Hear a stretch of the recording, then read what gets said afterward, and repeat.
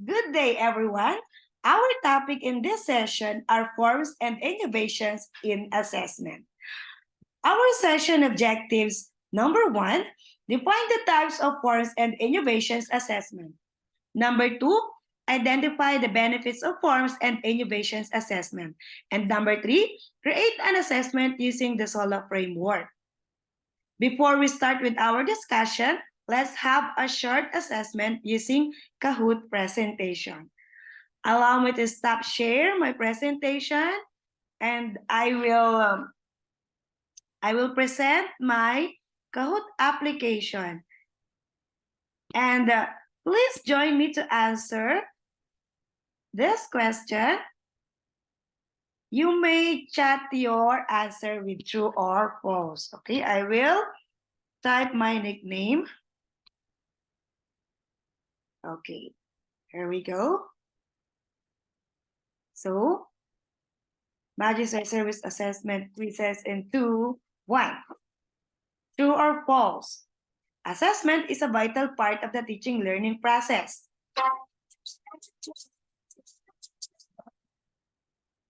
Okay, very good. It's true.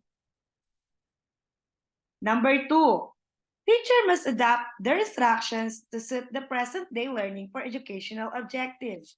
True or false? Okay, very good. It is true. Number 3, true or false? Formative assessment is not a valuable tool that can be used in the classroom to help students learn. True or false? Okay, very good. It is false. Number 4, true or false? Summative assessment is designed to measure what has been learned by students and to provide feedback. So the answer is true. And the last number 5, true or false, the diagnostic assessment is not an important part of the psychological evaluation process. So it is? Okay, very good. It is false. Okay, so that are the questions in our short assessments. Now, let me share again my screen.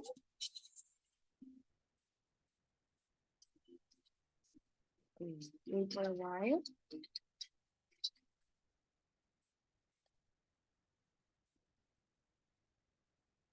Okay, so going back to our presentation.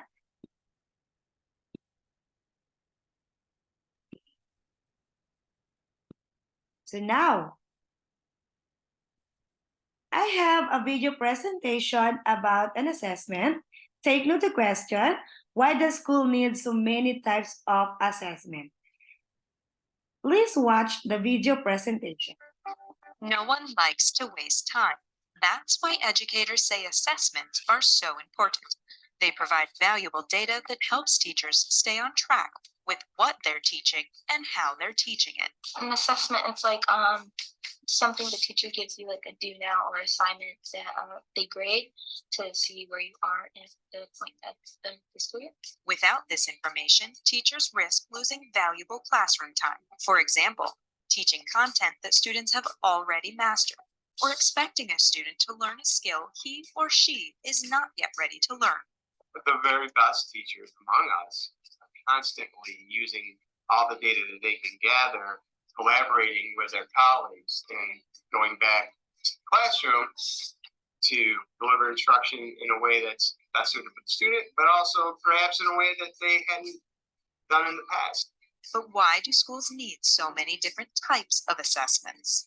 Honestly, it has to be multiple assessments every day because you really have to make sure that you are meeting the needs of every student and thinking about the different ways that they learn. I think many people, when you think about assessments, think about the paper pencil assessment that came at the end of a unit or the end of the school year. And so the most beneficial assessment that we use is just day-to-day assessment. Daily assessments take many shapes. Observing a student's facial expressions, asking questions, or having students complete a simple task at the beginning of class. These build towards more formal assessments, such as quizzes, homework, and exams. Every little thing that you do in class tells me what my next move is as your teacher. It also helps us to look at best practices as well and things that are working very well and things that maybe we need to work on a little bit more. Educators agree that assessments not only help identify students' strengths and weaknesses, but are crucial to building a quality academic program. Because the number and type of assessments will vary from district to district and school to school, parents are encouraged to reach out to their child's teachers to learn more about how assessments are being used in their child's classroom every day. Okay, from our video presentation, to answer because the educators agreed that assessment is not only help identify the students' strengths and weaknesses, but to build an equality academic program. And assessment is a vital part of the teaching learning process. It provides feedback to the learner, which helps them to develop their skills and knowledge. Assessment is considered as basis constituents of effective teaching and learning. Brian and Jaskol, 1998. Macmillan, Myron, and Workman, 2002. Stegens, 2002. Forms of assessments. Number 1, standard-based assessments. Number 2, competency-based assessments. Number 3, conventional assessments. Number 4, solo assessments. In number 1, standard-based assessments, a standard-based test is one based on the outcome-based education or performance-based education philosophy.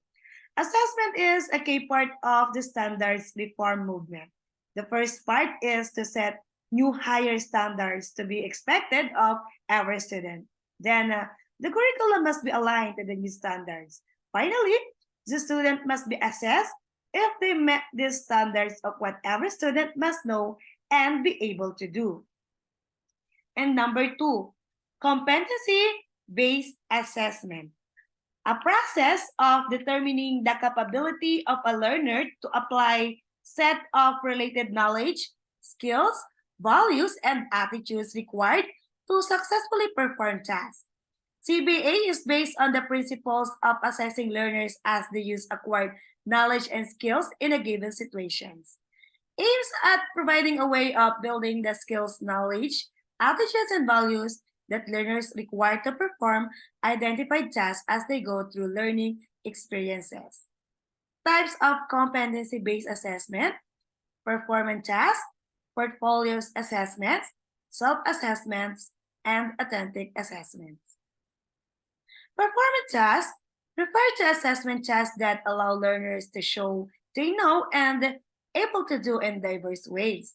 Create or innovative products. Do performance-based tasks such as skill demonstration, group presentation, oral works, and multimedia presentations. Written outputs may also be considered as performance tasks. Each task must be accompanied with clear directions and appropriate scoring tools, checklists, rubrics, rating skills, etc. The following are the example of performance tasks. Number 1, projects, artwork, illustration, sketch, advertisement, pamphlet, hands-out booklet, multimedia digital, poster infographic, board game, comic strip, prototype model, written composition such as poem, song, article, math investigatory project, puzzle, maze, journal. Number 2, demonstration of skills, hands-on activity, debate, reporting, dramatic presentation, role-playing, stage presentation like music, jingle, dance, and talent show.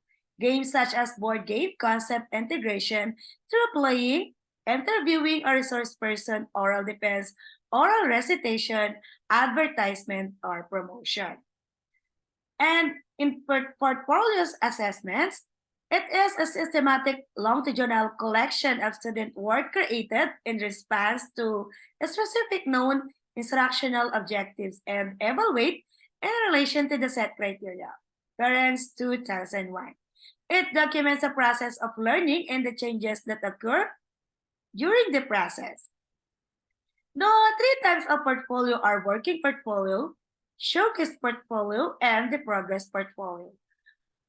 Working portfolio Teacher-student portfolio. The working portfolio is a working document. This means that you will be building or adding to the portfolio every day during your placement to display the tasks and activities that you are completing. Showcase portfolio, best work display portfolio. This focuses on the student's best and most representative work. This exhibits the best performance of the student. Progress portfolio, teacher alternative assessment portfolio. This contains multiple examples of students' same type of work done over time and are used to assess progress. Okay, I have here the video presentation about the self-assessment. Please take note the question, what is self-assessment? Now let us watch the video presentation.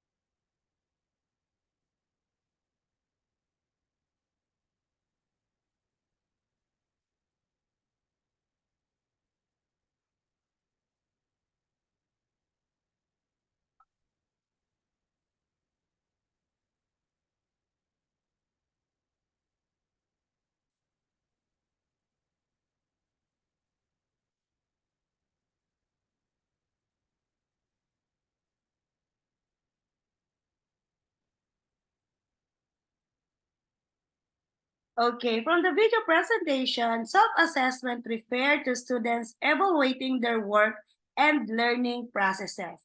And assessment implies figuring out or guessing the value of something and then taking required decisions and problems. Other words, use include examination, evaluation, or etc. In the same way, self-assessment is the capacity to analyze oneself and understand how much growth has been made. It is an ability that lets people assess their own performance. They can identify their own strong points and flaws. They can also come up with their own solution. It's the process of analyzing oneself to find out what features are central to one's individuality. And now let's proceed with another video presentation about the authentic assessment. Please take note the question. Why use authentic assessment? Let us watch the video presentation. Hello and welcome to Teachings and Education, Authentic Assessments. So, why should educators use authentic assessments? Essays and class tests don't really relate to the real world.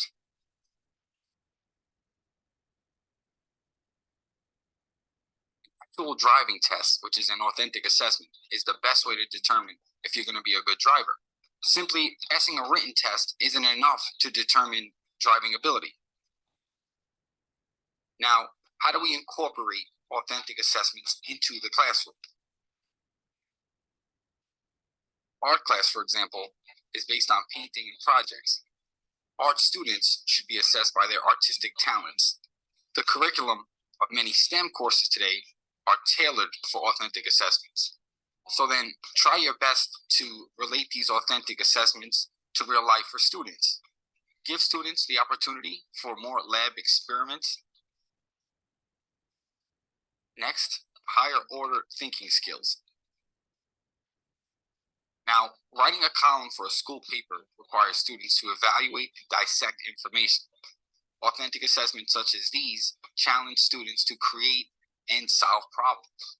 So having students create an anti-bullying commercial would require skills simply beyond recall.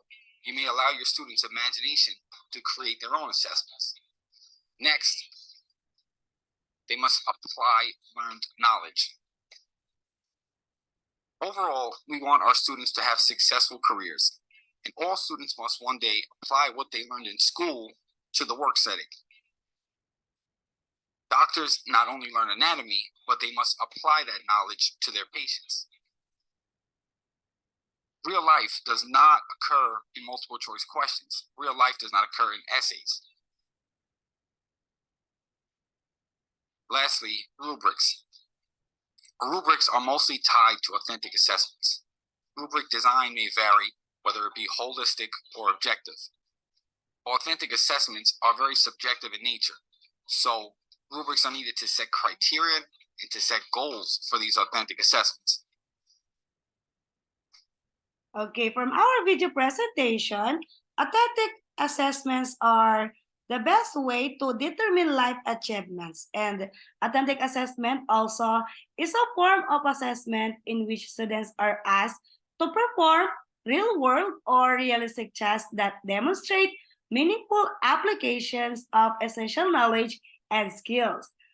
Demonstrate specific skills and competencies that is to apply the skills. Includes a task for students to perform and a rubrics by which their performance on the task will be evaluated. So let's proceed with the differences between traditional assessment and authentic assessment. In traditional assessment, to develop productive citizens must possess a body of knowledge and skills. School must teach this body of knowledge and skills. Test the students if they acquire the knowledge and skills. Multiple choice, gut feel, true, false, matching. And authentic assessment, to develop productive citizens, must be capable of performing real tasks. School must help students become proficient at performing tasks. Have the students perform meaningful tasks, inventories, peer rating, self-rating, journals, portfolios, discussions, interviews. How to create authentic assessments? Step 1, identify the standards objectives. Step 2, select an authentic task. Step 3, identify the criteria for the task. And step 4, create the rubrics. And number 3 in the forms of assessment is conventional assessments. The conventional methods of testing which usually produce a written documents. Conventional methods of testing usually standardize and use our paper with multiple choice, true or false, or matching type test items. Types of conventional assessment. Formative assessments, summative assessments, diagnostic assessments, norm reference assessments, and criterion reference assessments. In formative assessment, Popham 2008 possessed the formative assessment is planned process in which assessment elicited evidence of student status is used by teachers to adjust their ongoing instructional procedures or by students to adjust their current learning. Antonio and James 2014 states that tool formative assessment is a suitable tool used to guide students and keep them on track to master the subject skills. Formative assessment is a process of assessing students while they are learning in order to provide feedback that will help them improve their understanding. Next is the summative test. Summative assessment is the term used to describe the type of assessment that occurs at the end of a unit or learning cycle. It's designed to measure what has been learned by students and to provide feedback to teachers to help them determine if their students are achieving the desired learning outcomes. Harlan 2008 argues that in summative assessment, the concern is to judge achievement against broader indicators such as level descriptions or grade level criteria. But 2010 writes, good summative is important to our educational system. Our intention should be to use well-designated tests which are valid, reliable, and fit for purpose to enable an accurate assessment of student attainment. In diagnostic assessment, it is an important part of the psychological evaluation process. It helps to identify and understand the psychological problems that a person may be experiencing. The assessment also helps determine the best course of treatment for the individual. There are many different types of assessment strategies that can be used depending on the type of problem being assessed. Some of the most common assessments include interviews, self-report, inventories, and neuropsychological tests. The key difference between formative and summative assessment is that formative assessment are designed for the purpose of guiding teaching strategies, while summative assessment are used for the purpose of measuring achievement and comparing it against a predetermined standards. Now, let's proceed with another video presentation about the norm reference test. Please take note the question, what is a norm reference test? Let us watch the video presentation. Hello. In this video, I will talk about norm reference test. What is a norm reference test? Let's see. Well, it is assessment used in education that allows teachers to compare students' performance as well as results. Commonly applied to students who are the same age or students who have the same grade level.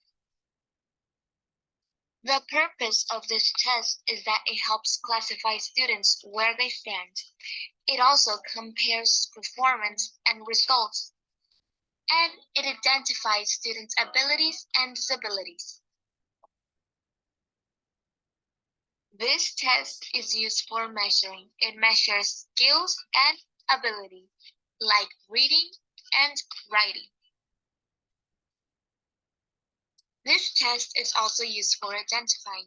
It helps teachers identify specific learning disabilities, such as autism or dyslexia. This test often uses a multiple choice format. It helps promote cognitive skills, analytical thinking, and problem solving.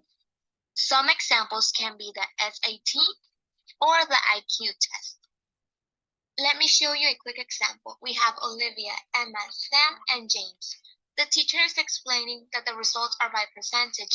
The least 4 results rank in the highest percentage. Olivia got an 80 percentage, Emma got a 60 percentage, Sam got an 85 percentage, and James got a 70 percentage. This means that Sam scored better than 85% of his group, following Olivia with an 80%, following James with a 70%, and lastly Emma with a 60%. Time for a little review. Is a norm reference test a test that helps place students in an appropriate level that is applied to students with different ages? B, a test that compares performance and results applied to students the same grade level or age and is scored by percentage? Or C, a test to check if students have mastered a unit and is scored by a grade?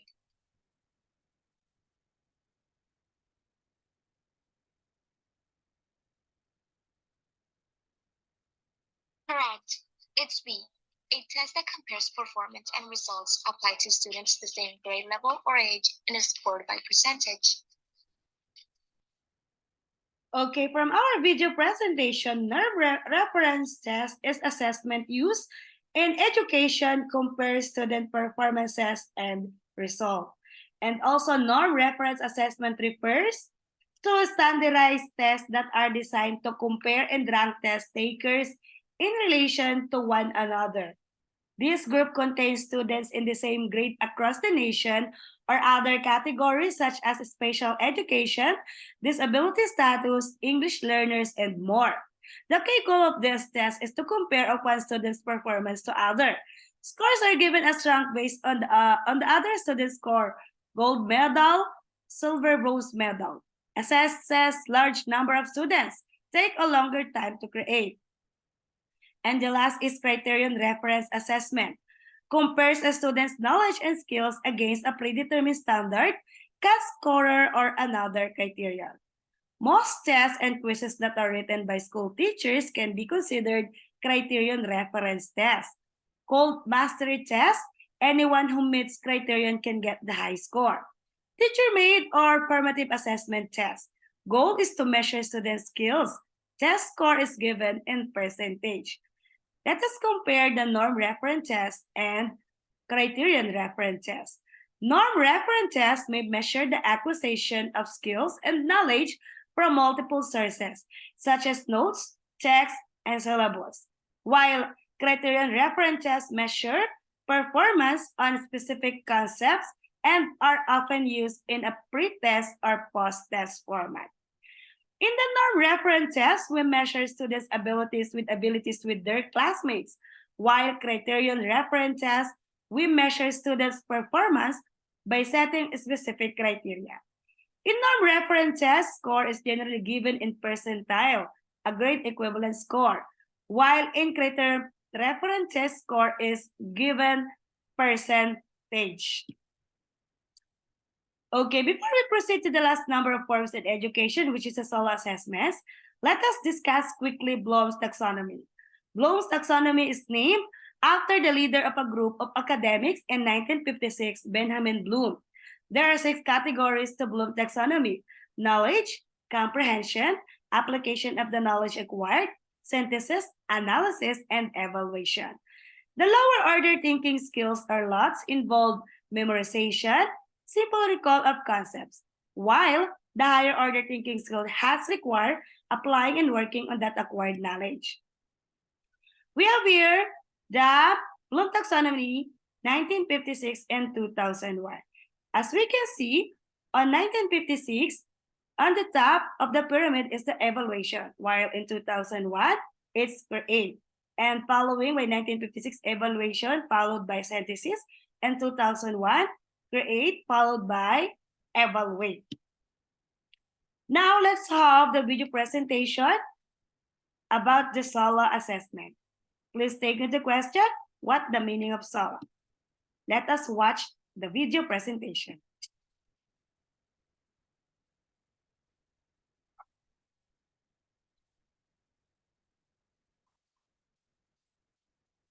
Solo taxonomy, Biggs and Collins, 1982, developed the solo structure of observed learning outcomes taxonomy as a systematic way of describing how a learner's performance grows in complexity when mastering tasks. Performance levels of learners range from the lower end, pre-structural, to the higher end, extended abstract. 1. What is IP? Solo 1, pre-structural level. The student does not have any kind of understanding, uses irrelevant information, and or misses the point altogether.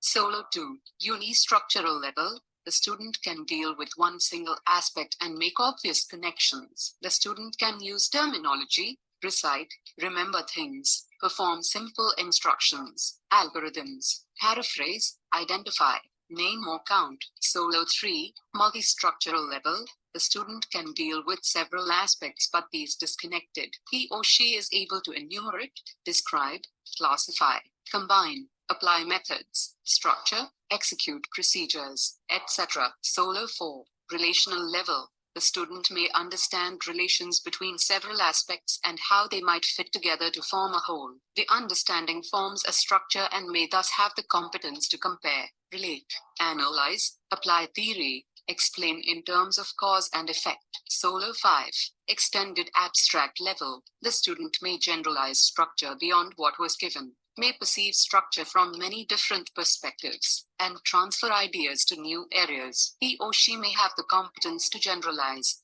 hypothesize, criticize, or theorize. Verbs which can describe performance at different solo levels. Solo 1, unistructural. Define, identify, name, draw, find, label, match, follow a simple procedure. Solo 2, multistructural. Describe, list, outline, complete, continue, combine, calculate. Solo 3, relational sequence, classify, compare and contrast, explain, cause and effect, analyze, form an analogy, organize, distinguish, question, relate, apply, describe. Solo 4. Extended abstract generalize, predict, evaluate, reflect, hypothesis, theorize, create, prove, justify, argue, compose, prioritize, design, construct, perform, explain, apply, analyze.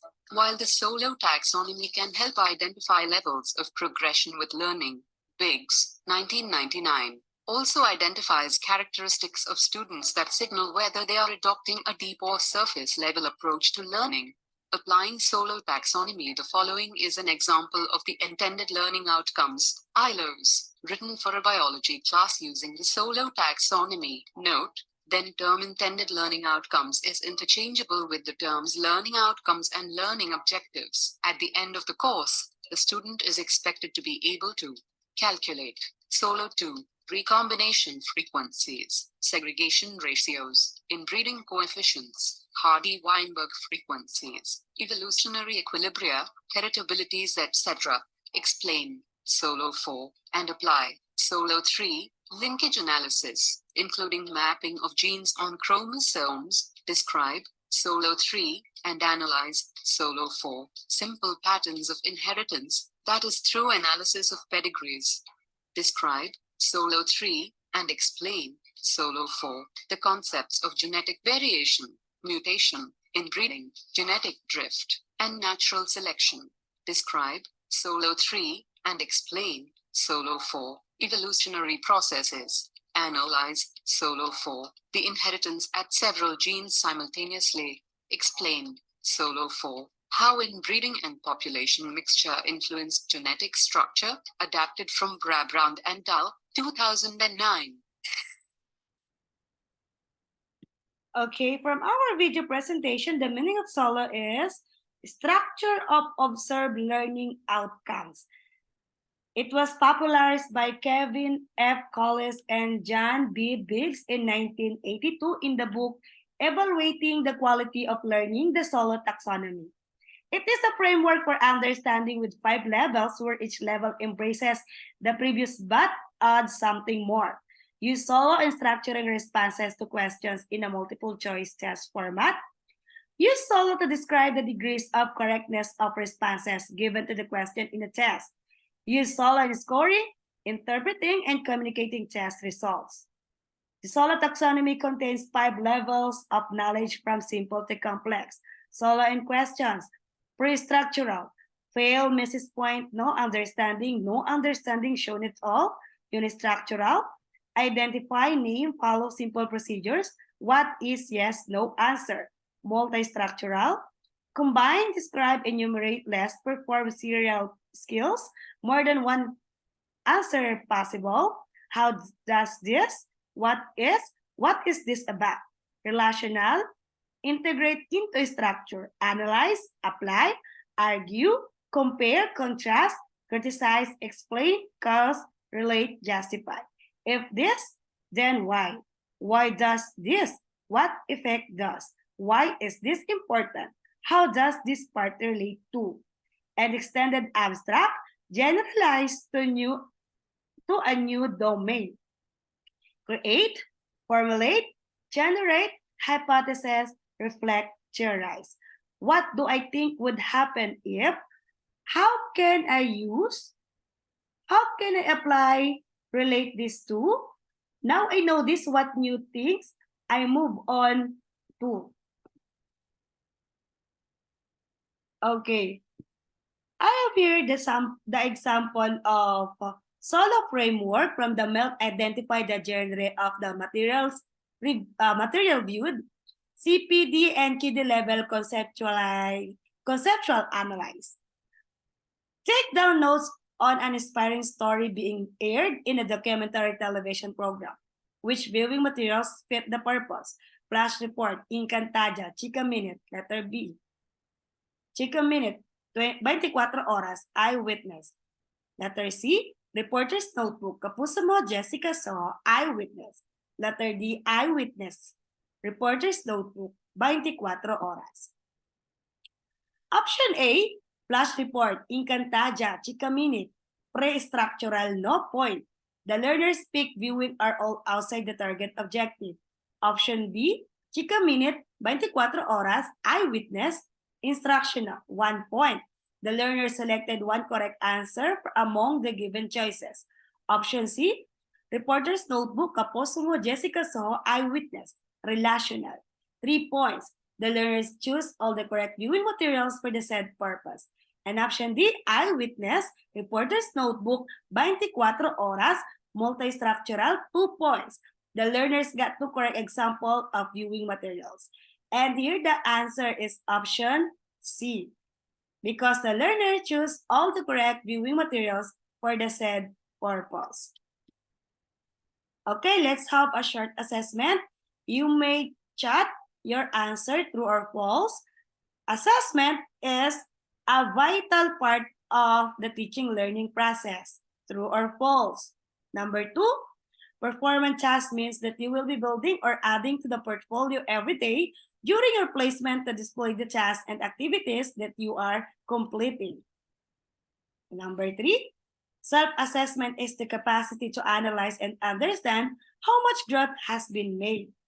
Number 4, standard-based assessment is a form of assessments in which students are asked to perform real-world or realistic tasks. And number 5, solo means structure of observed learning outcomes. Answers: number 1 true, number 2 false, number 3 true, number 4 false, and number 5 true. Let's proceed with innovations in assessment. Number 1, use of graphic organizers. Number 2, performance-based assessment. Number 3, computer-assisted assessments. And number 4, peer and group assessments. Okay, I have a video presentation about the graphic organizers. Please take note of the question, what is graphic organizers? Let us watch the video presentation.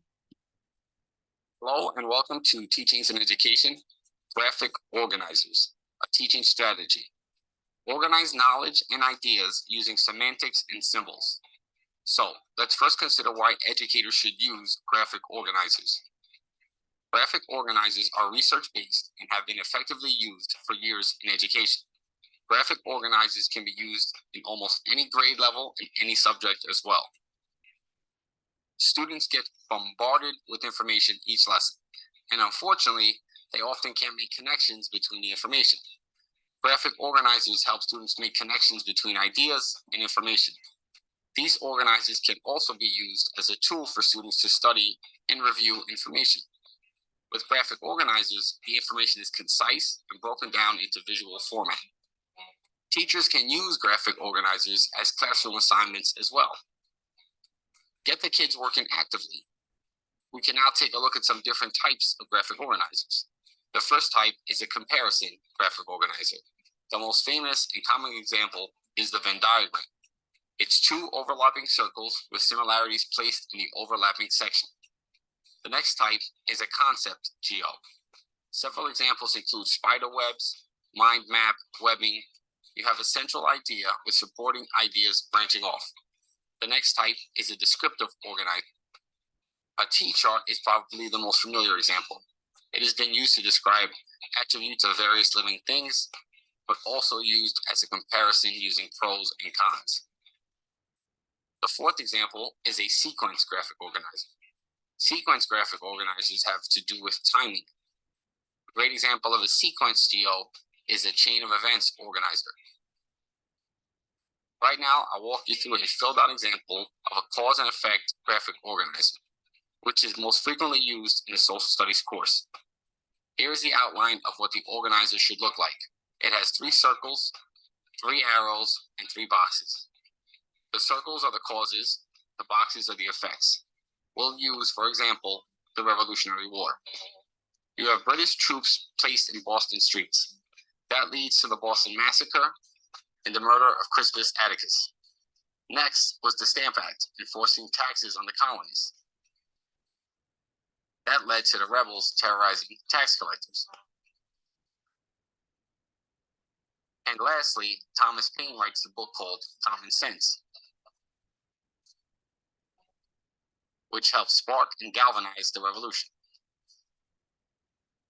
So right now I want to say thank you for your time and subscribe to. Okay. From the video presentation, graphic organizers teaching strategy, organize knowledge and ideas using semantics and symbols. And graphic organizers, they are visual and graphic displays that organize ideas. They demonstrate relationships between different information and concept. Types of graphic organizers. Number one, T-charts. Helps organize ideas into two columns and examine two components of an object, concept, or events. To examine the pros and cons of something, advantages and disadvantages, facts and opinions. Number two is main idea web. Starts with a central idea and branches out into related details or supporting details. It is also termed as a spider map or semantic map. Brainstorming, developing ideas, generating plans for writing purposes. Number three, sequence chart or flow diagram. It visualizes a process, progress, or sequence of a story. It presents a series of steps or events in order. A flowchart to organize thoughts. A cycle diagram to represent a sequence of stage, task, or event in a curricular flow. Number four is Venn diagram. It is used to compare and contrast two or more groups of things by visually displaying their similarities and differences in two or more circles that overlap. Similarities between topics is presented where a circle from one category overlaps with a circle from another category. Differences are placed where the two circles do not overlap. Number five is concept map. It shows relationships between the main idea and supporting details in a paragraph. Number six is cause and effect map. It helps in identifying the cause and effect of an event. This is also known as multi-flow map. It usually represents the main event that fall under the central section of the map, then will branch the causes and effects of an event. Number seven is story map. It helps students learn the elements of a book or story. Story map is used to identify the following: story characters, setting, problem, solution, plot, beginning, middle, and ending. And number eight is timeline. It shows specific events in sequence, usually with dates in a linear fashion. Studying or reviewing history because it displays major events over a period of times. Okay, I have a question about the video presentation of performance-based assessment. Please take note of the question as an educator, why we should use the performance-based assessment. Let us watch the video presentation.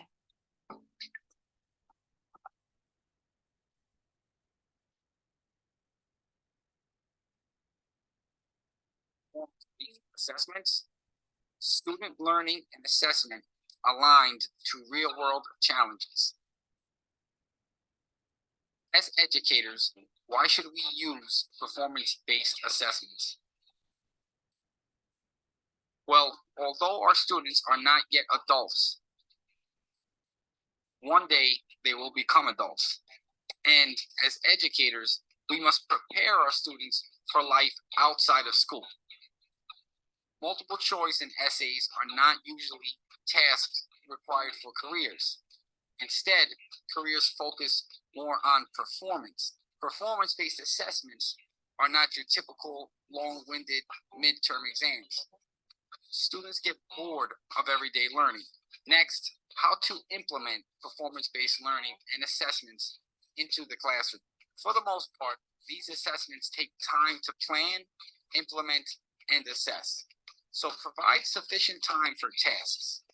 Performance-based assessments can be difficult for students.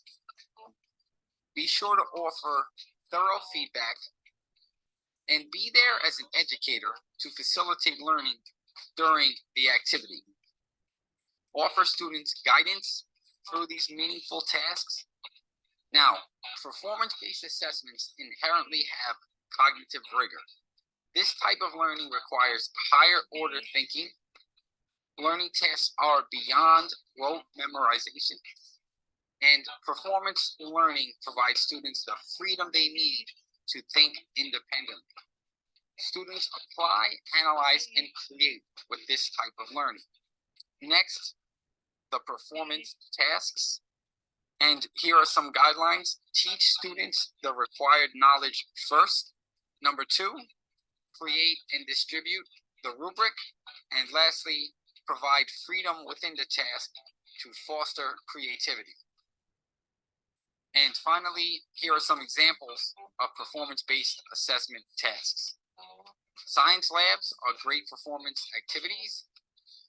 For example, have students analyze blood samples. Many students want to be lawyers when they grow up. Students can argue a case just as if they were lawyers. Video is a great way to get information out to the public. Allow students to shoot a documentary film. Okay, from the video presentation, the answer from our question, because as an educators, we should prepare our students for life outside school. And also performance-based assessments, or PBA, takes the skills and knowledge learned from a class and applies it to a task. The task is often more real-world situations. It requires students to use higher order thinking skills to go through a process and complete their performance task. The emphasis on process and practical application, those encourages the task to be based on real-life situations. 3 types of performance-based assessments by Mattei and Pereira, 1998. Product refer to something that is produced by students that provide cognitive examples of the application of their prior knowledge.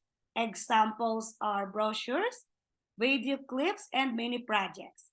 Performance allows students to show how they can apply knowledge under direct observation of the teacher. Examples are oral reports, role plays, simulations, demonstration, debate, and number 3, process-oriented. It provides insights to the students' thinking, reasoning, and motivation. Examples are think aloud, self-peer assessment, checklist, survey, learning logs, individual logs, individual peer conferences.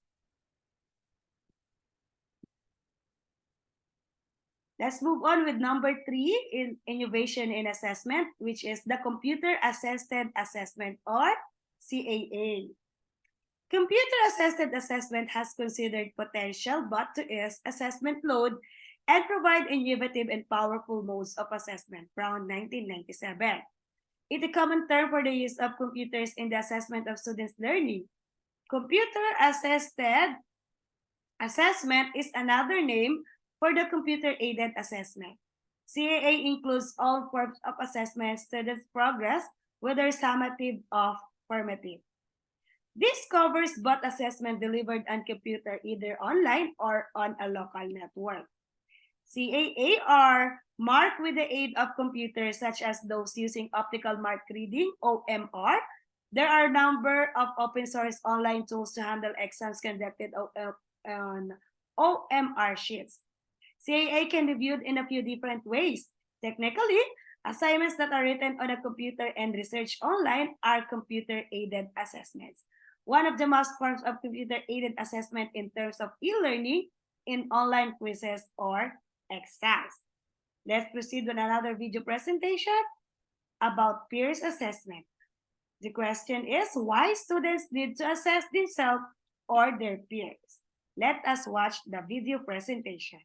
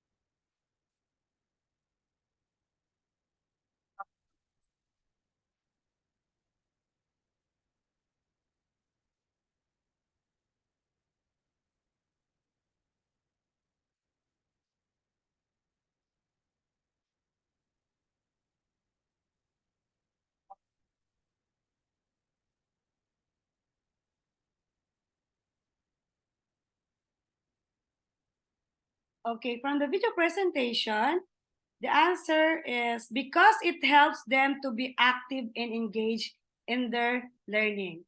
Parent group assessment, peer assessment is one way that student can internalize the characteristic of quality work. It increases student responsibility and autonomy and helps move the student from passive learner. Peer assessment provides an opportunity for students to practice working with others. Group assessments refer to evaluating the collective performance and contribution of a study or teaching group.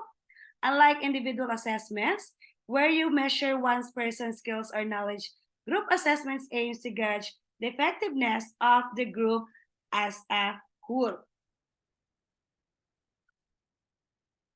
Key components of group assessments. Number one, collective understanding, measure how well the group understands the subject.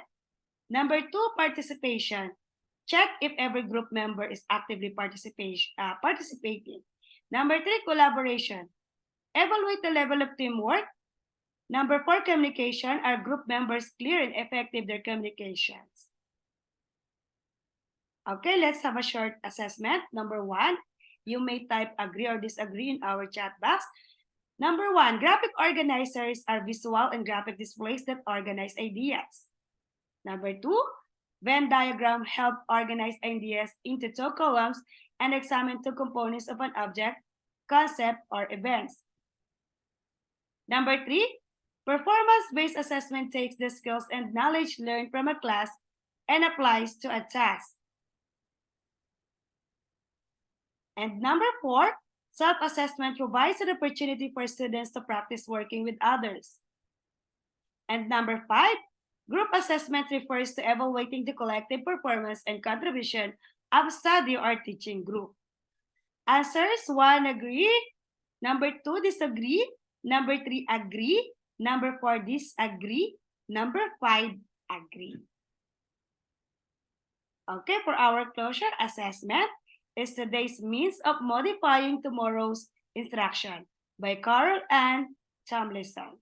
So teachers, just remember, let us keep growing and let us keep improving.